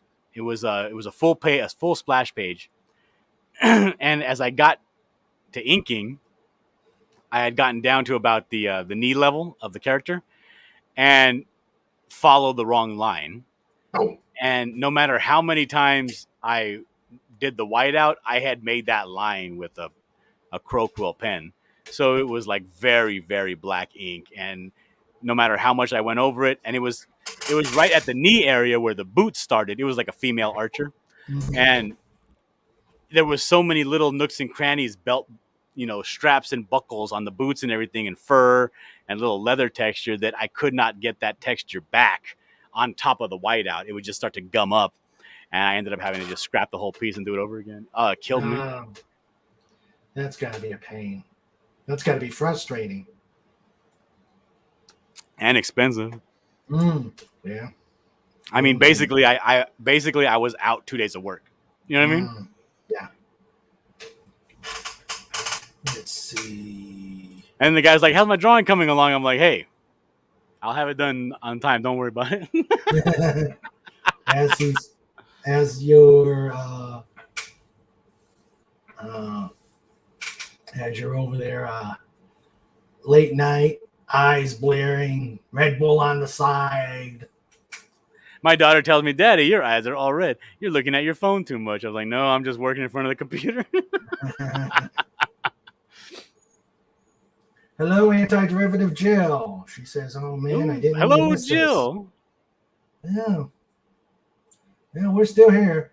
Legatus asked, "How long does it take to create a script with revision, story to art ratio?" 1 to 10. If you're not doing anything, right? Let's say you are blessed beyond belief, and you have the ability to do whatever you want from home and not worry about a full-time job. You have all day to do it. Realistically, you could finish a script in a day. Your rough draft, if you have an idea, right? Then I would say it would take about 2 days to rewrite your script and really think about it, tie up loose ends, tie up plot holes, move things around, and get it to be like, this is a pretty solid script. And then I would say shoot it out to somebody else with fresh eyes, have them read it, send it back to you. That usually takes about a day for them to read through it and give corrections. So I would say you can have a fully ready to go script in about a week. Okay. If you're on it and you got nothing else to do. I would say a week. But you do got to sleep in there. Nah, for what? Sleep when you're dead, huh? I ain't got time to bleed. But, you can get a script done in a week with sleep. And that's the thing. It's really difficult because when it comes to comic books, because a comic book artist will be working on one book a month, whereas a writer will work on multiple books in a month, because writing, you can do it faster. It takes work. You need to be a good writer, but you can knock out 7-8 scripts in a month. Whereas an artist, you're stuck on page 2, Yeah. The hand only moves so fast. Okay. Let's see. Darren says black and white comics are becoming a bit of lost art. Fewer and fewer as time goes on. What Bernie Wrightson was able to do with pen and ink was like sorcery to me. Yeah, Bernie Wrightson is amazing. You ever seen any Bernie Wrightson work? I may have, but I've seen so many different artists. Yeah, I don't remember. Let me see if I can pull it up real quick. I had a Bernie Wrightson piece that I was referencing the other day. Here we go. This is a piece from Bernie Wrightson, an illustrator back in the olden days, and he worked on a book, like a illustrated version of the Frankenstein novel. Okay.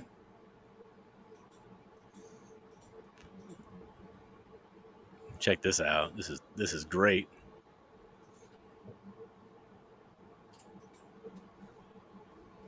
Whoa. Here's another Wrightson piece right here. Look at that. Wow.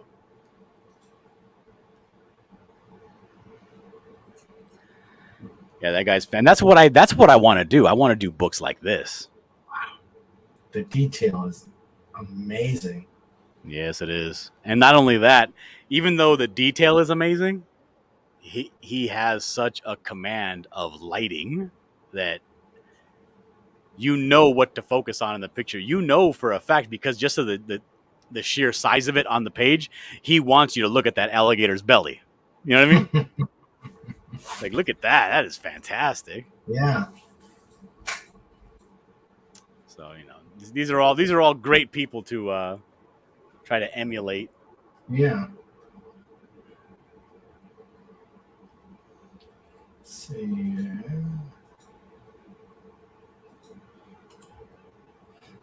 Sorry you got here late, Joe. What? We're having a good time.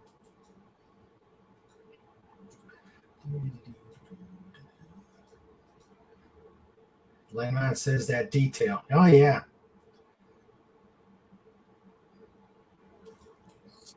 I mean, Detail yeah, you say overload. detail overload, but that's the whole point. The point, it was a double page spread.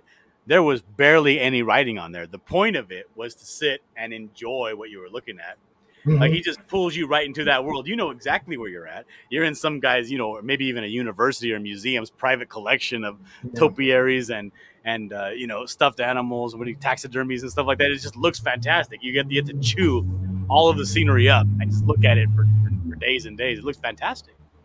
Yeah. Yeah, let's see. The goddess. Darren Wagner says your lines floor him as well. Oh, thank you, Darren. You're too kind. And Legata says, can we get a slow montage of some of your work before we go? I don't know if I can make it cinematic, but I can kind of scroll through some of my ArtStation stuff. Okay. I think we'd all appreciate that.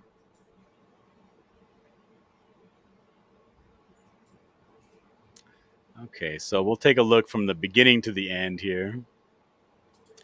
Okay. Like, we saw some of this stuff in the beginning. Here's my black and white illustration for,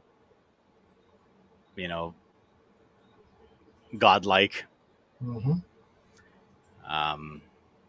Here is a digital painted cover of Creepsters by Nasser Rabadi. I did the cover for that. Here's a little digital painting of this guy, Manslaughter, getting a new arm in a little regenerative tank. Here's like a stoic pose of Blue Phoenix, created by Joe Archie. This is an alternate cover. Here's a cover of my book, The Buckler. Now, is it Butler or Buckler? Buckler. Okay. A buckler is a small handheld shield, and he has one kind of carrying it Boy Scout style on the small of his back, hooked up to his belt. Mm-hmm. He uses that to fight sometimes. Okay. He used to be a fencer in high school. Here's the buckler arriving in Winnipeg, black and white. Here's the buckler chasing down Todd Harry. He's jumping right here. He's jumping at this helicopter. This is a double page spread. Yeah, I can see why you think he's not the brightest string in the ball. Fun fact. With that distance. Fun fact. He actually does make this jump. Ah, okay. If you say so. Here's he has the strength of 3 men. You see. Oh, I did not know that. And I'm not talking about men like you. I'm talking about men that are 6'7", 310 pounds of brick house. Oh, okay. Three of those men. That's how strong he is. Okay. Yeah, more like maybe 1.5 Dillards. That's what he is. So here he is fighting on the bridge, the Esplanade Real in Winnipeg. There's a riot happening. He's fighting the entire riot with a knife in his chest. Yeah, he got stabbed in the chest.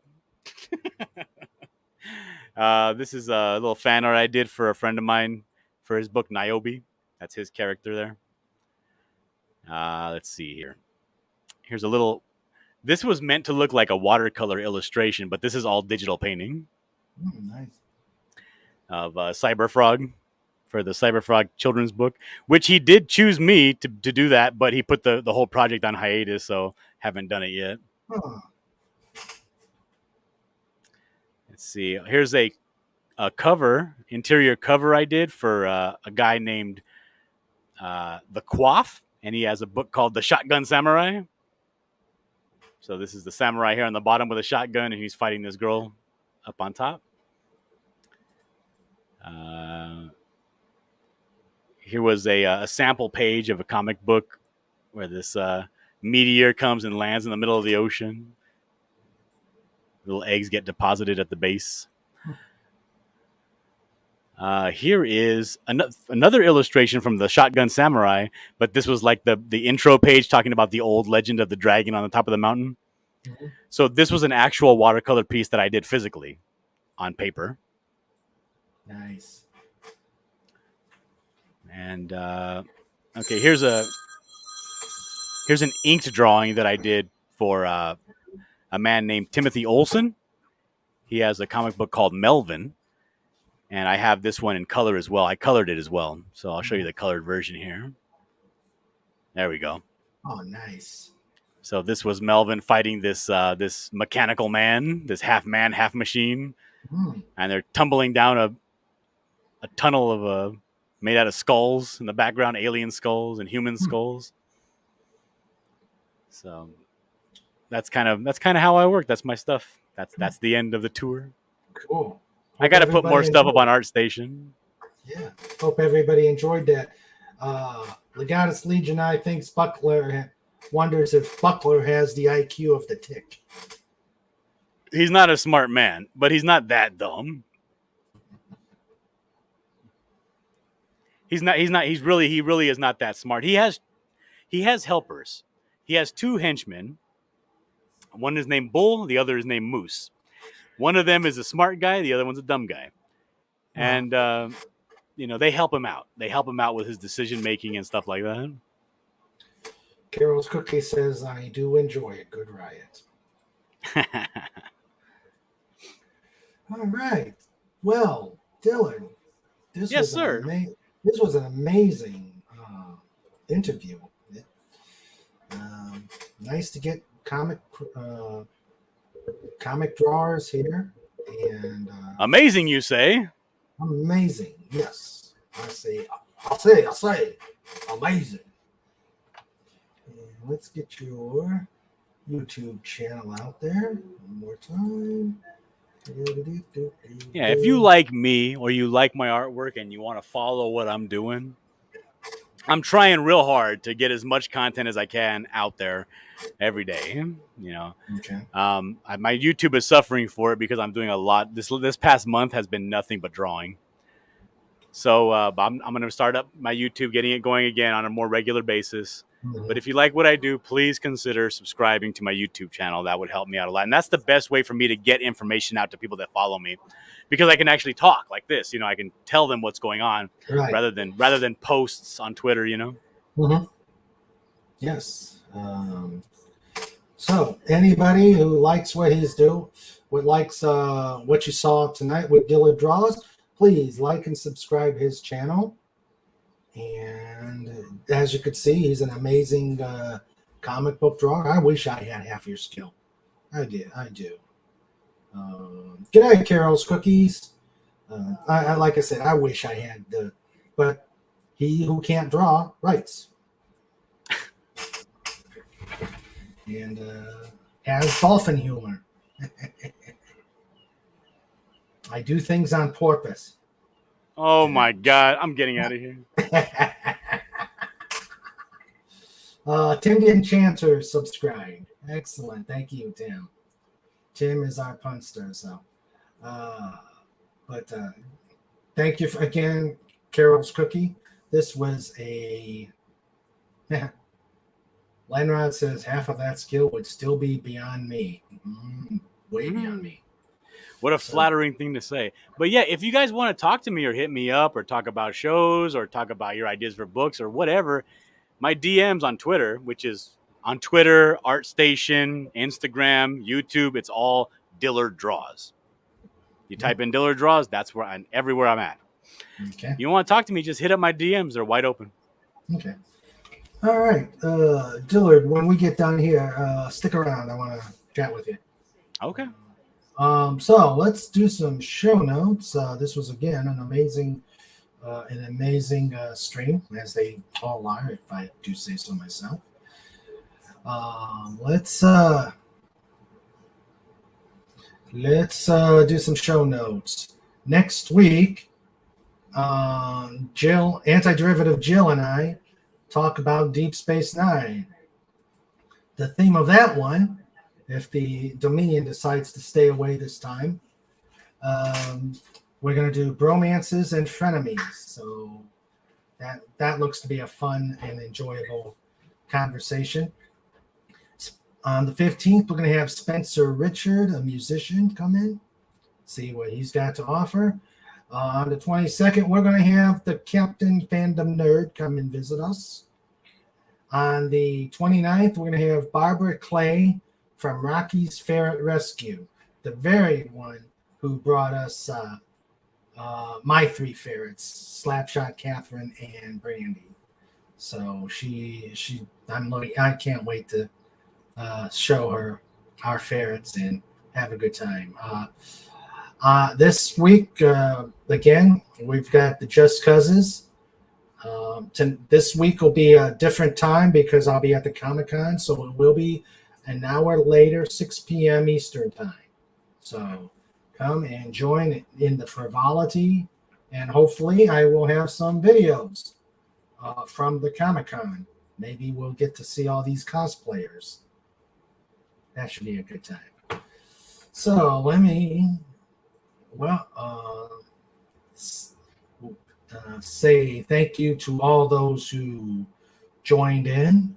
We had Vic King, we had Casey Osowski, we had Caro's Cookies, we had Lenrod, we had Matt G, we had Smirk the Alien, we had the Ryan Cardinal, we had Pop Culture Creator, we had Pudgy Hedgehog, we had the Comic Relief Crusader, we had Tim the Enchanter, we had Darren Wagner, Jedi Bill 797, Captain Fandom Nerd. And then, of course, we have the Wrench Team Supreme. We had Legatus Legionii. We had John Rendell. We had Schnottopus Cuber. We had Renier. And we had Antiderivative Jill. And Dalek 451, sorry, buddy. Unfortunately, Sandra and I both have to work in the morning.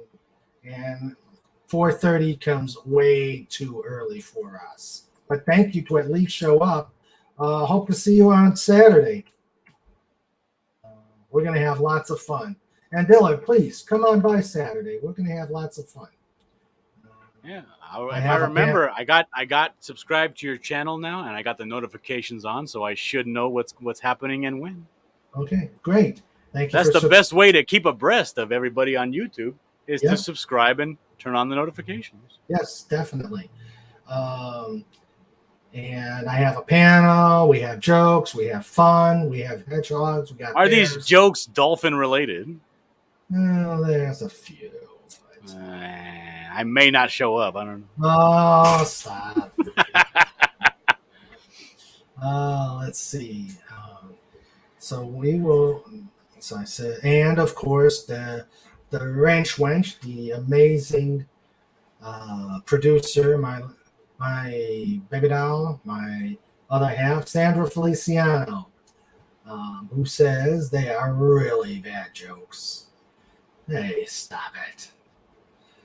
And there's Dillard Draws again. We're getting your stuff out there. So, let's see. Carol's Cookies says, "Oh, my little Dalek 451." See, sorry, buddy.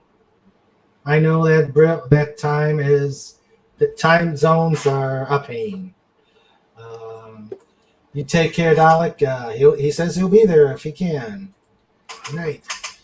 All right. Oh, and Lenrod says, we got bear jokes, too. John Randall says, stay for the dolphin joke. What? Come for the dolphin jokes. Stay for the good stuff. There you go, Dillard. There you go. So for everybody, if you like what Dillard's doing, if you want to help support him, like, subscribe, and hit the notification button. If you like what we do here at King Dolphin TV, hit the like button, hit the subscribe button, and hit the notify button. Show that you like what we do for other creators and basically other people. So, everybody, if you are... See, this is what I got to deal with, Dillard. You see, if there's jokes like that, I'm not going to show up. Yeah. Or this. See? Oh my god! Now you know I don't know. That one was pretty good. Yes, that one was good. All right, everybody. You all have a good night. Try and stay cool. Don't work too hard, and stay safe. And let's continue to make some waves. Take care, everybody. Say good night, Dylan. Good night. You make some waves. Another dolphin joke. Yep. This